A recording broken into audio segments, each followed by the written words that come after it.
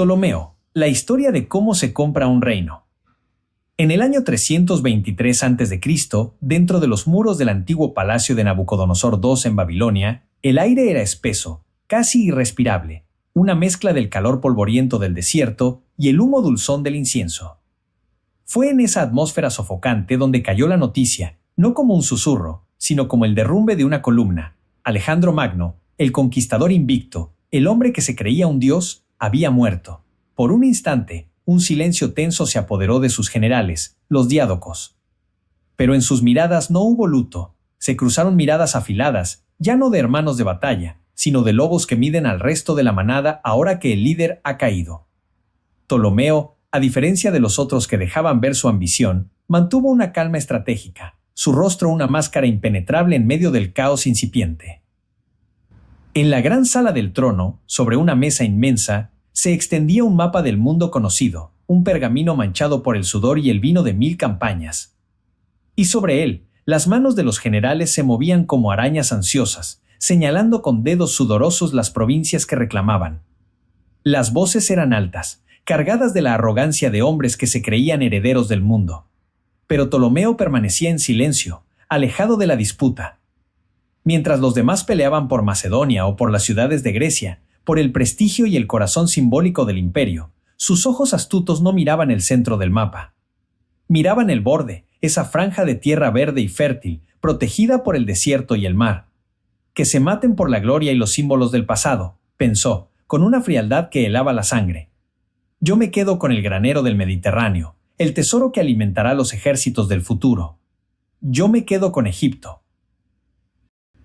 Y su primera jugada, una vez decidido el objetivo, no fue para conquistar una ciudad, sino para robarse un mito. Fue quizás la más audaz de todas, secuestrar el cuerpo del mismísimo Alejandro. El gran conquistador había pedido ser enterrado en el oasis de Sigua, pero el cortejo fúnebre iba camino a Macedonia.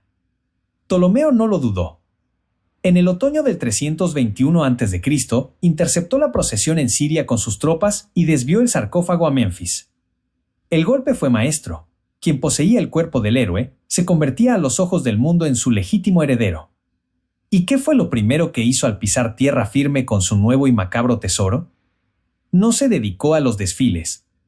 Con la frialdad de un cirujano, se sacó de encima al único hombre que podía hacerle sombra en la región. Acusó a Cleómenes, el encargado de las finanzas, de espiar para un rival, y con esa excusa lo eliminó, apoderándose de paso de una fortuna en impuestos que le aseguraba el control total. Desde el balcón de su nuevo palacio en Menfis, ya con el poder militar y económico en sus manos, Ptolomeo observaba el fluir lento y majestuoso del Nilo. El sol se ponía sobre las aguas, tiñéndolas de un rojo sangre que parecía una premonición. En ese momento no sentía la euforia del conquistador, sino la fría y profunda satisfacción del jugador que acaba de ejecutar una jugada maestra. Mientras sus antiguos compañeros se desangraban en guerras, él había asegurado la pieza más valiosa del tablero. Pensó, yo he ganado la guerra antes de que empiece. Mirando ese río, Ptolomeo sintió que no solo había ganado un reino. Acababa de fundar una dinastía. Pero Ptolomeo era mucho más que un soldado. Era un griego, un heredero de la razón. Y mientras observaba desde su balcón a los sacerdotes del templo de Ptah realizar sus rituales milenarios, comprendió algo fundamental. Para que su dinastía echara raíces en ese suelo fértil y traicionero, la espada macedonia no era suficiente. Su fuerza los dominaba, pero nunca los iba a convencer. Para que lo siguieran, no tenía que ser su amo, tenía que ser uno de sus dioses. Entendió que debía adoptar sus costumbres y honrar a sus deidades. Necesitaría una máscara de faraón. Y para empezar a construir esa máscara, tomó una decisión que fue un escándalo en todo el mundo griego, pero una genialidad en Egipto. Anunció, con toda la pompa de un edicto faraónico, que se casaría con su propia hermana.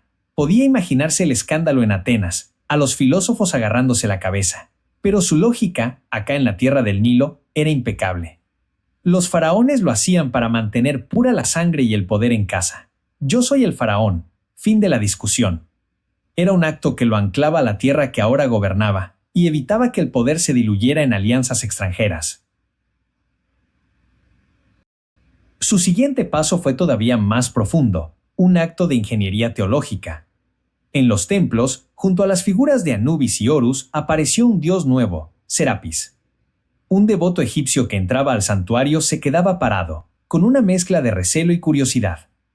La estatua tenía la barba espesa y la pose de un dios griego como Zeus, pero sobre su cabeza llevaba un cesto de grano, símbolo de la abundancia del Nilo. No era uno de sus dioses, pero tampoco era del todo extranjero. Era un puente diseñado para ser aceptado por ambos pueblos y para solidificar su poder. Finalmente, en el momento culminante de la ceremonia de coronación, sintió sobre su cabeza el peso inesperado de la PS Chent, la doble corona blanca y roja que durante 3000 años había simbolizado la unión sagrada de Egipto. Era un peso físico, sí, pero también el peso de la historia misma. Desde el trono, contempló la marea de rostros egipcios que lo aclamaban, un mar de devoción dirigido a un rostro extranjero. No había fe en su corazón, sino el triunfo frío del estratega. Con su oro, compré a sus sacerdotes, pensó, mientras la multitud vitoreaba. Con sus ritos, compré a su pueblo. Y con esta corona, ahora soy dueño de sus dioses. Había comprado la lealtad de los dioses y de los hombres. Y ahí termina el primer capítulo de la historia. Mientras los otros generales, hombres de pura fuerza, se desangraban peleando por los pedazos del viejo imperio, el más astuto de todos, el jugador de ajedrez, se quedó con el tablero entero. Esa dinastía que fundó en ese momento, la de los Ptolomeos, no duraría un par de años. Gobernaría Egipto durante casi 3 siglos, en una extraña y fascinante mezcla de cultura griega y tradición faraónica. Su última heredera, una mujer que llevaba en la sangre esa misma astucia y ambición, sería la última faraona de todas, la famosa Cleopatra. Al final, Ptolomeo demostró que los reinos más duraderos no siempre se conquistan con la espada, sino con la cabeza.